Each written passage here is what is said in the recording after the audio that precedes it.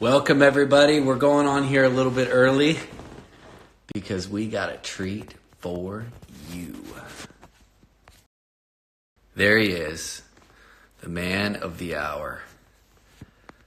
All right, request to be in my video. You can do it.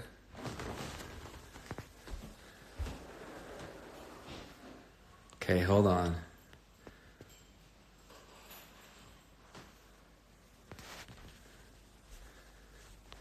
Request. Hold on, I'm going to get Nathan on here. You guys just chill out. This is going to be awesome. There you are. Boom. All right. So I thought it'd be fun to do a Facebook or an Instagram live with a life coach. Coach of coaches. Coaching people. And you know what? Your outfit is outrageous, by the way. It's bringing me all the joys. Dude, how are you? Are you in California? I'm in California. Where are you? I'm in Sydney, Australia. About to be in California. Ooh, how's the vibes down there? Vibes are strong. People are resilient. People are they're staying strong. A lot of masks. A lot of sanitizer, a lot of precautions.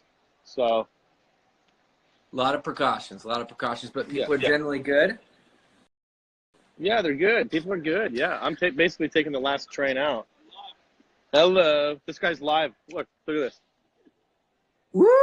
Let's go. That is so funny. Hey, so I've been doing these I call them faith rallies.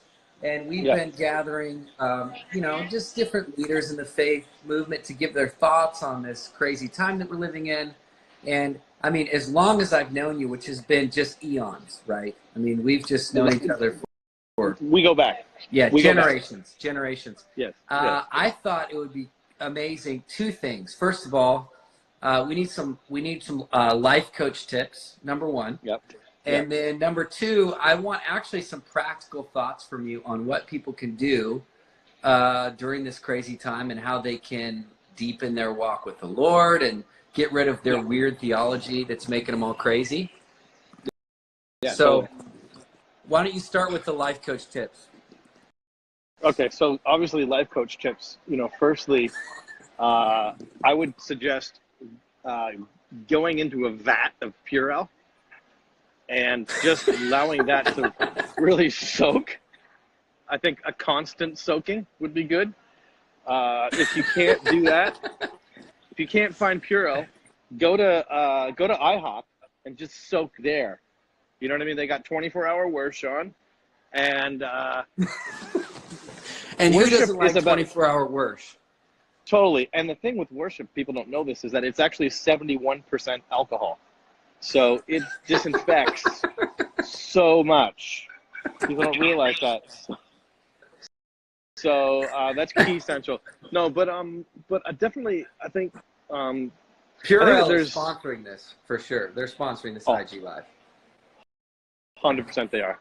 Yeah. So I reckon a couple things. Firstly, I reckon that that it's actually a good thing to explore some of the roots and big ideas. So, for example, J.C. Ryle, Spurgeon, like there's a ton of guys in the even Luther, a lot of guys who believed that that God was at somehow work in judging the nations. And this is like a super. I know that this is like I'm going like super right wing here. But it's worth like actually taking a look at some of that and considering it. Like it's I'm not saying like God is angry and so he's sent the coronavirus. But it's actually interesting to see that through church history, that's actually what people commonly held. People had a real sense of, hey, like there is sin in the nations and there's sin in the world, and sin is, there's obviously repercussions in Genesis chapter 3 for sin, and so we kind of inherited things. So I think it's just worth thinking about. You know, I'm not saying that you know, this is a judgment on the world, but I'm saying it's interesting, once again, just to think, just to be aware that that's actually that's an orthodox thought, and it's worth exploring those things. I'm not linking any resources, but it's a worthwhile thought. Number one. Number two, obviously you and I, we're kingdom guys, so we believe that where the kingdom is, there's healing, there's peace, there's joy, etc. You know what I mean? So we're obviously believing for kingdom now. We're believing for kingdom to be manifest, and ultimately, the church is the place, is the overlap. That's what it is. Yeah. It's the overlap of heaven, you know, heaven and earth. So I'm believing that while there's gross darkness, and while there are things that are happening, maybe as the result of the fall, maybe, you know, maybe it's judgment, who knows? Regardless, that the church is an overlap, and that the church actually takes so much ground during these days. So to me, that would be kind of like probably my 40,000 foot theology, you know, where I'd kind of be like, I don't know if it's necessarily judgment. I can see that people could posit that, but ultimately my focus is going to be on the church and how beautiful and glorious and powerful and magnificent and full of the life and the power of the Holy Spirit that it truly Justin is. Bieber said it's Illuminati. So take his word for it. That's what he just commented. Dude, I reckon might be on that train, Justin. I don't know. We'll see. Bro, I'm not joking. I wouldn't be shocked. It was actually this is a fun little theory, but I heard the theory that the Chinese, you know, like they want global dominion, and so they created the virus, but they also created the vaccine at the same time, and they're waiting until it's a global pandemic. Then they release the virus, and they charge so much money for it, and it sort of like reorders the financial world around it. Could be a thing, maybe not. Well, okay, I'm just gonna dip into conspiracy land for a second here. I will say this though, 100%. I don't believe it's from the Lord. I wouldn't even say I necessarily agree it might be judgment, but I do think that it's messing up everyone's life, and I think that can be a really good thing. Yeah, I think that it's stripping away all our TV shows, our sports, all of our stuff, right? And I think people are sitting at home and they're looking at the end of it. They're looking at their lives and saying, "Who am I? You know, who am I, and who is my family? What is my foundation, my faith in?" And I actually think that's an amazing thing. I think we need that in the church.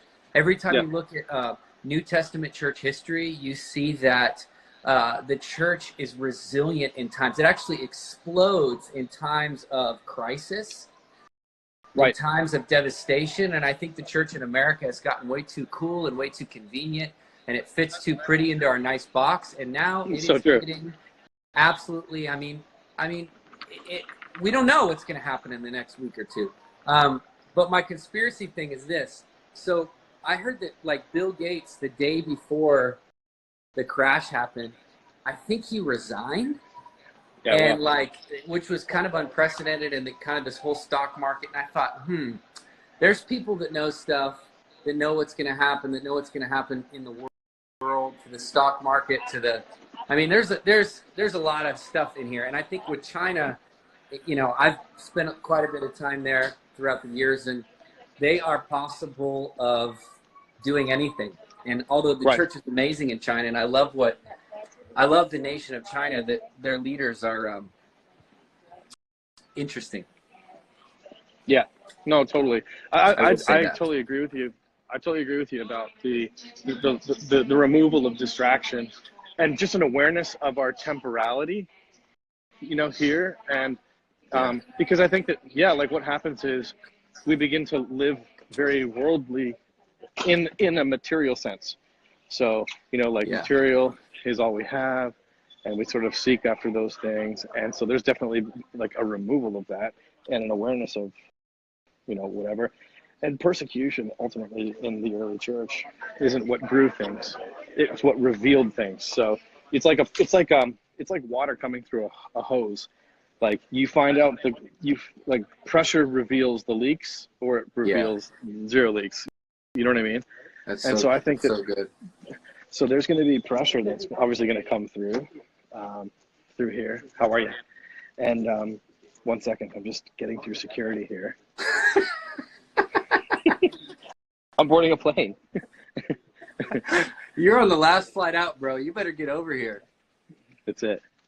They're about to close it, shut it all down, and we need your wisdom. We need your life coach skills to navigate these turbulent times. Yeah. So no, dead seriously, dude. This is in 2 days. They're done. Like this flight. So I'm on like the second last flight out. It's insane. Well, bro, listen, I'm super grateful. Hey, let's give everybody like just a few practical things. I mean, I definitely want to stay lighthearted and believe God's going to have His way, and he knew this. He knew about this crisis before it happened, and He knows the end of it. But one tip I want to throw out there, and then you throw out one, is I just had this sense today, like as a parent, our kids are not going to remember the coronavirus. They're not going to remember what happened economically, politically, but they are going to remember how our homes felt.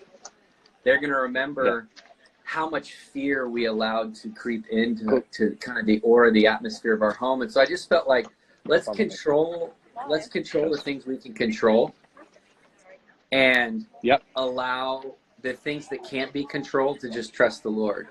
So anyway, that's my tip. Give us one last tip before you jump on this plane. Yeah. Simon? Cheers.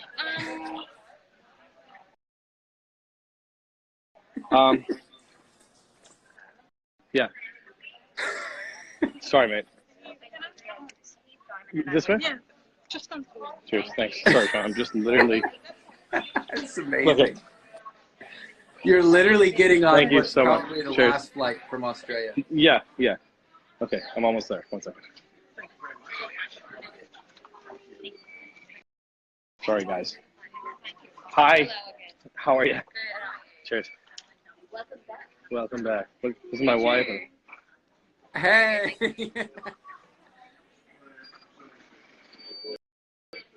Thank you. So my thought is firstly, I would just say invest. I'd just say invest. So He's walking down the jetway. Invest. He's going to say invest. He's talking about investing in his online school, investing in your theology. Jump on his profile. Check out his school. It's amazing. I'm finishing this for you.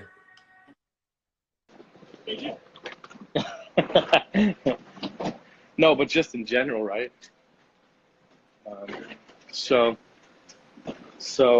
Yeah, that's what I believe. Yeah, invest into your family, invest into your theology, invest into the things you can control. Yeah. All right, man, you get on that plane. Okay, brother. It's good to see you. Fly safe. Cheers. Don't bring Corona back here, okay? I won't. Bye.